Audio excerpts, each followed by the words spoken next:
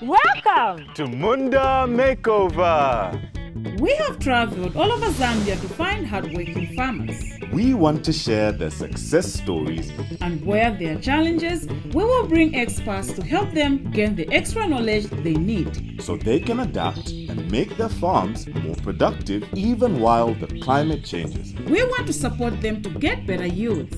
and increase their income. We will see how farmers from across the country can benefit from our experts' advice. While also learning from each other in so many ways. Join us on these journeys and share in the farmers' experiences as they improve their farms.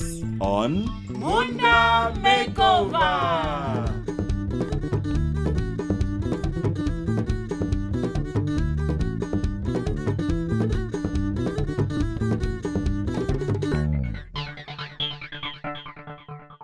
Hello farmers!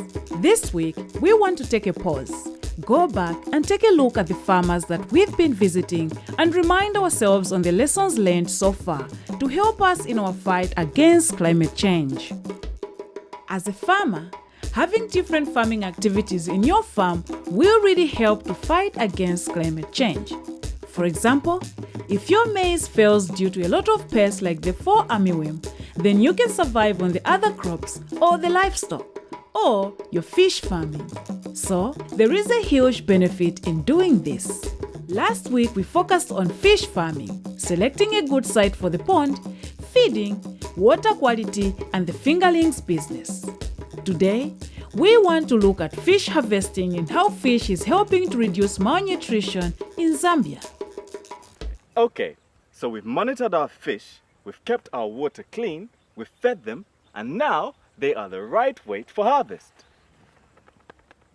But how do we get 2,500 fish out of a 20 by 15 meter pond? And how do we get them to market without them spoiling? And where do we sell them? But don't panic. That is what I'm going to find out next. So the netting of the fish ponds, for us, that will actually provide a big advantage to ensuring that we get the best from what we put in. We lose a lot of fingerlings when they're young from the beds than when they grow bigger. Never leave your fish alone for long periods, especially when they are small. Adding a net not only stops birds from stealing the fish, it means farmers don't have to spend all day standing guard over the pond. Okay, so as our Munda Makeover team get to work on placing nets over the fish pond to stop the bird attacks, I'm going to find out more about harvesting and markets. So we're off to visit a fish farm nearby. They have 2,000 fish ready for harvest. Good. And here's the fishing net to catch the fish. This will be a great lesson for Vincent so he knows what to do when his fish are ready for market. For me, it's the first time actually that I've seen a fellow farmer harvesting. It's impressive. Great. I wish it were mine. So congratulations, by the way, it's looking very good. So what is the first thing I need to be thinking about when I want to start the process of harvesting my fish? You have to think of when you harvest the fish, where is it going to go? You might know it is highly perishable. The moment you remove it out of the water, it will start getting bad. Yeah. So it has to be taken quickly to the market. So the first thing is you contact your customers, your clients, and then that is going to inform you even the amount of fish which you are going to remove from the pond, because you can harvest the entire pond, but at the end of the day, maybe only 2-3 people come and buy, and then the rest goes bad. So remember, fish farmers, before harvesting, contact your customers and find out how many fish they need to be harvested. Next, make the arrangements to get the fish to the buyers as quickly as possible. Once we've secured our market, how do we go about harvesting the fish? The draining of water is the first thing. So you drain the water a little bit below knee level. So drain the water from the outlet pipe that runs under the dikes at the deep end of the pond. Leave about 60 centimeters of water in the pond, about knee height, so the fish don't die. And then now you line up the people who are going to help you. They drag the net. So similar to the process we've been Similar witnessing. what we've been witnessing great. there, yes. Makes sense? Well, let's break it down and take a deep dive down to the details. Once the water is at knee height, then stretch a net across the pond from one side to the other, also making sure it reaches from the top of the water to the bottom of the pond. Then slowly drag it from one end to the other towards the collection point on the far corner. The fish are then removed and placed into crates, ready for the next stage. If you are removing all the fish, then dragging the net can be repeated 3 or 4 times to make sure all the fish are caught. So once that is done, you put it in the crates, and then now the fish has to be washed, because mostly it is dirty with the mud, because these are earthen ponds.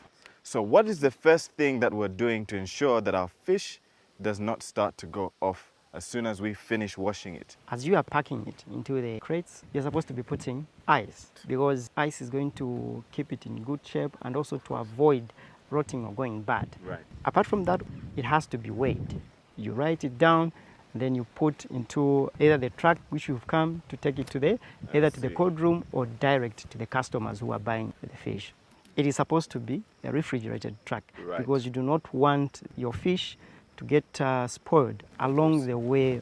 So the temperatures has to be kept at a minimum level. So once you've done that, now you take it either to the cold facility, which is going to cool it a little bit more than the ice which you have put, and then now you sell it to the customer. So the cold chain process is supposed to be managed very well.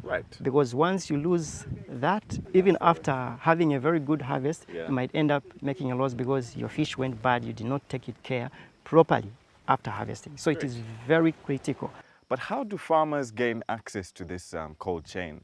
So as Zambika, we have that, and all the farmers that we are working with, they know that once the fish is ready for harvesting, they contact us. Therefore, we transport the fish from the farmers to the selling point.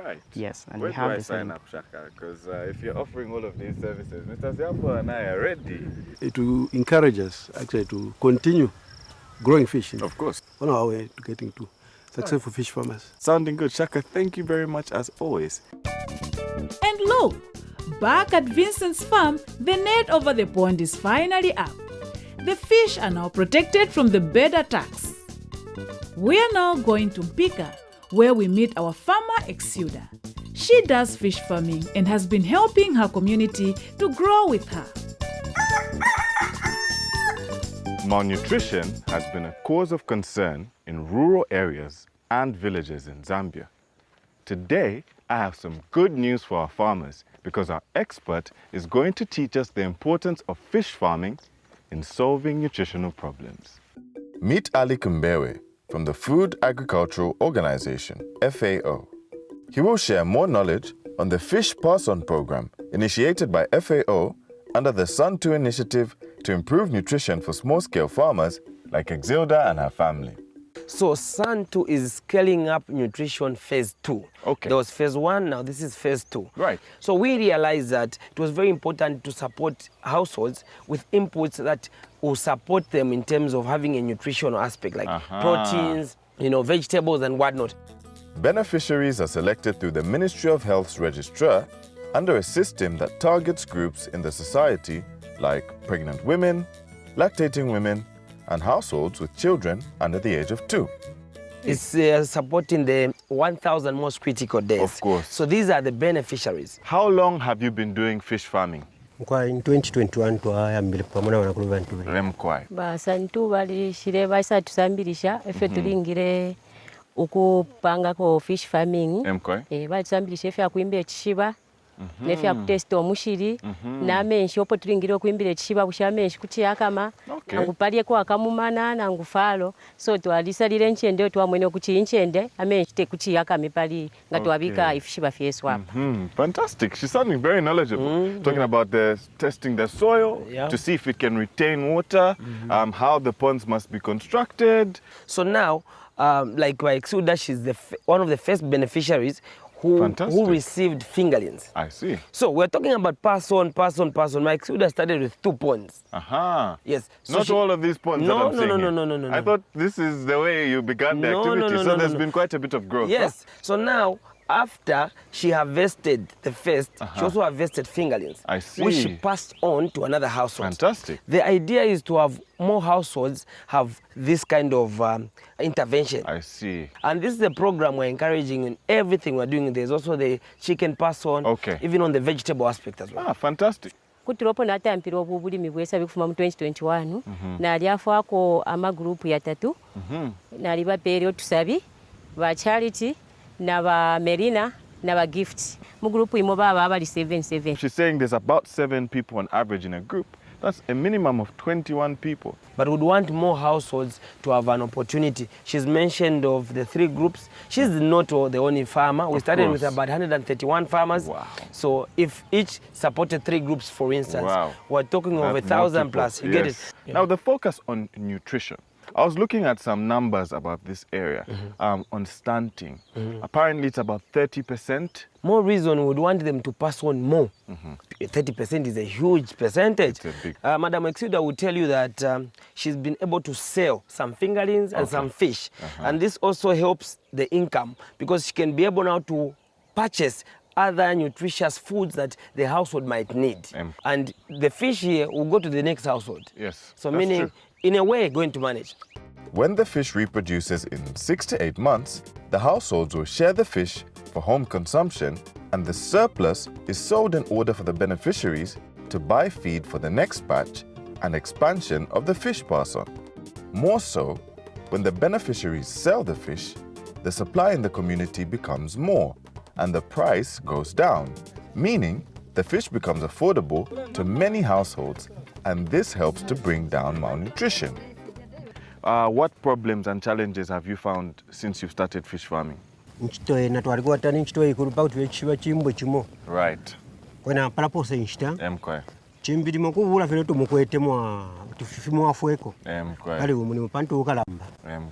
Nema afyansangiremo muri fish farming mulandu fe wakana mmone fish bana fifula kwapa. So to feed fe turachepako. Ndala amashakuti twinga chitefi yakuti fya kuchitulebika. Yeah, so working with the Ministry of Fisheries and Livestock, there are trainings which will have to be done by the department in terms of feed formulation. Right. We don't want to bring something that is new. We don't want to tell them to go and buy feed from the shops. No, we want locally available materials. So there are some trainings in hydroponic fodder production, as well as feed formulation. They can grow their maize, they can grow their sunflower, they can grow their soya, to formulate their feed so that they're able to feed their fish. Fantastic. Once we empower them with the technical know-how of how to formulate their feed, they're going to have more fish. They'll have more income. And they'll be able to engage 1 or 2 people from the community to dig more ponds. Fantastic. The fish feed formula requires farmers to mix the following: maize bran, 50 kg, moringa, 10 kg, soya beans, 20 kg, sunflower, 15 kg, and cassava meal, 5 kg. With all this, it's a step at getting a richer community in their health and increase of incomes. When it comes to nutrition, a balanced diet is very important, especially for Exuda who has young children. Exuda grows maize for home consumption and she sells the excess. So, from the maize, she is assured of getting carbohydrates in her meals. The fish farming brings in protein to her family. So the Santu initiative by FAO took a step further to make sure she also has some vegetables on her plate. Vegetables that are easy to grow and she can get them just behind her kitchen. Our expert Alik Mbewe from FAO is still on the farm and will tell us more about sack gardening. Ama vegetables ya shani mulimamu. Ni repu, beans, chihuahua. Nimbona muna tomato. Na tomato. Na musombolapo. Kwenda ni sombolapo tulalia. Repu tulalia. Twaipika ile tuwafirisha kupanganda na bana. Na chihuahua ine twalia mbokuli. Mr. Alik, I've moved around Zambia and I'm seeing people doing gardening just on a bare land. But when we were checking in there, I'm seeing vegetables in sacks. I'm like, what's this design? What's that? This sack gardening is an intervention that we're trying to support our households who are under the project. You know, the challenging of vegetable production is you need water, you need good land and whatnot. Yes. So for even households without a bigger place to grow this, they can do this. We're not only supporting sack gardening, we're supporting keyhole gardens as well, homestead gardening. Yeah, because the major thing in the nutritional project we're supporting as FAO is to have vegetables at the household level. We don't want anyone to give an excuse to say, I don't have land. That's the more reason I can't have vegetables. It's expensive to buy. So we are promoting sack gardening as one of the interventions which they can be able to grow the vegetables and feed their household. Sure. Okay, so sack gardening guarantees food nutrition. Yes. Yes. Oh, Okay. now you ask. Yeah. She's like, yes. We're Yes, like, okay. yes, and the yes is coming so strong, huh? Yeah, because she mentioned we've been eating, we've been eating. I was waiting for the part for we've been selling, Tamula shapo, tamula tampa. Okay. Okay, but we can increase the production based on the good agriculture practices which us as FAO through the means of agriculture are providing technical support, even the issue of chemicals, what type of chemicals to use, what type of soil to use for these vegetables, because under the nutrition project, we want the mothers as they are pregnant, as they are lactating, to have good nutrition. Okay, nice. What are the challenges you're Yes, facing? the challenges you've been facing. Amafya nsangiremo musaruta ule moneka bwino ule wa kutushishi. Okay. I know the colleagues at Means of Agriculture are the ones who came with this intervention under the Sun 2 program to have had start to grow the vegetables. Taba misambirisheko in terms of if you munga chita avoid tushishi oroshan, especially kwati rep ninji munana iri kwa sana. Na bayitusambirisheko bayitushirire n'omuti. With climate change, we have seen more pests on crops than before. So farmers need to be careful to follow the spraying routine as advised by the Ministry of Agriculture or your local certified agrovet. Also the spacing, because the sacks are very close to each other, you know, that could also lead to some contamination as well. Okay. Yes, so I think the major challenge is facing is the pest encroachment. Exuda sacks will need to be spaced well so that the pest cannot move easily from one plant to the next.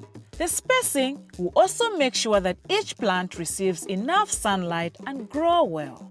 Exuda and her community will benefit from this bag gardening since it does not require much agricultural land nor water. It is simple to prepare using local materials such as a sack, stones, soil and manure. Let's see how easy it is to make one. We have already mixed our soil with manure. Prepare a sack that has soil with a stone well at the center. The central stone well of a sack garden should be 5 centimeters in diameter. Once the soil is at the level of the container with the stones, pull up the container. Fill the container in the middle with more stones as you keep filling up the sack with the soil. Repeat this process until the sack is full. The stones will enable water to drain from the top to the bottom of the sack, distributing it evenly. Plant the seedlings in holes on the sides and on top of the sacks. Farmers are encouraged to plant vegetables that are familiar to the local communities, and that way you can sell the excess easily. If Exuda follows the above steps correctly, she can produce several kilos of vegetables each month. For instance, each sack may contain up to 50 plants of rape or 20 plants of spinach. Munda Makeover has some work to do. Now, we need to expand the space for the sack garden. We are putting a fence using mesh wire, but farmers can even use local available materials like grass and sticks. The fence will protect the vegetables from many people and animals just walking in and out of the sack garden, bringing in pests and diseases. Exilda will also be able to add more sacks and make a business of selling the excess to the nearby market. The money will help in getting more foods like fruits to add to her diet and buy pesticides to make sure the vegetables grow well. Our fence is ready. Exilda can now space her garden correctly and even expand with more sacks. Wonderful. Next, we're going to look at the weather. Welcome to Munda Makeover, Drought Special for Zambia. Because of climate change, we expect dry conditions to continue across Zambia, with few areas getting good rains. Drought is one of the most disastrous climate-related threats that affects agriculture, the environment, infrastructure, and socio-economic activities. With the current dry condition across the country, ensure to practice conservation farming, which includes digging, where you want to plant your seed only and not the entire farm. Covering the soil with dry grass or leaves to help retain water in the soil, and planting cover crops. If you have access to water for irrigation, consider planting early maturing maize varieties and other alternative crops such as early maturing legumes and vegetables to cope with the impacts of dry spells. Consider making silage from maize that has no chance of recovering to feed your livestock in this dry season. Preserve fodder so that you may have enough food for your livestock, as pasture might not be enough this year. Scout your farm for pests and control them as soon as you spot them with the recommended pesticides. Report any unusual insects or crop diseases to the nearest agricultural office. If your area gets rain, collect water from your roof to your storage points such as tanks and drums. Ensure to clean your roof and gutters to get clean water. Preserve food by sun-drying, salting, and fermenting for use throughout the dry season. Destock your livestock and keep those you are able to care for properly. You can restock when normalcy returns. Now is the best time to use non-farm rural activities such as craft production to earn income. For further assistance and information, contact the nearest agricultural officer.